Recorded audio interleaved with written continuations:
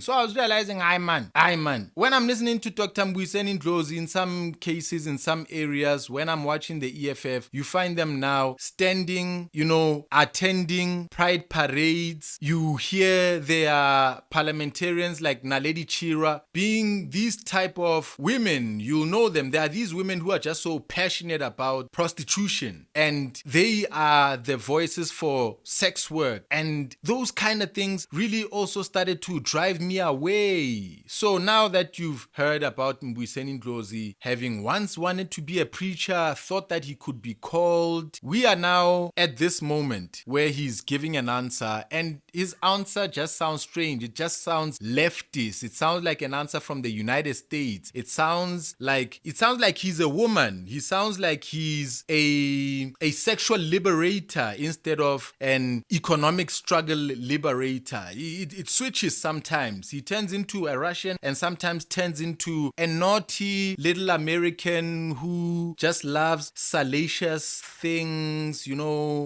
sex and its promotion to young women and the promotion of masturbation. And while I'm on this, let me also cue in a video that I've done before, a criticism that I've made towards Dineo Ranaka on her show, where she was also on this vibe, this un-African vibe that I just don't get, man.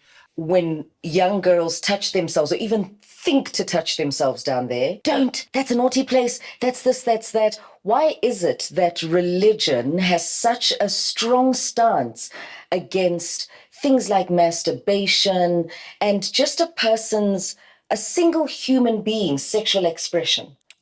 So maybe because young girls will go from touching themselves to sleeping with boys at a young age, and they'll get pregnant, and it'll lead maybe to high abortion rates. It'll lead to girls who are fucked up, because an abortion isn't something that is beautiful. It's something that is horrible to the conscience and to your body, you see. So I don't know, is Dineo trying to give a solution to society, or is she trying to problematize a society? Pump it with more sex, pump it to younger girls, and never mind the consequences. Or when the consequences come, that's what allows you to be a radio personality. You're the counselor now, so you created a problem on one end, and now you go and catch it when it comes out the other end, and you're like, hey, sexual intimacy, you need to practice it like this. But at first you were like, why aren't we releasing it to all of these girls to have it? This is problematic, y'all.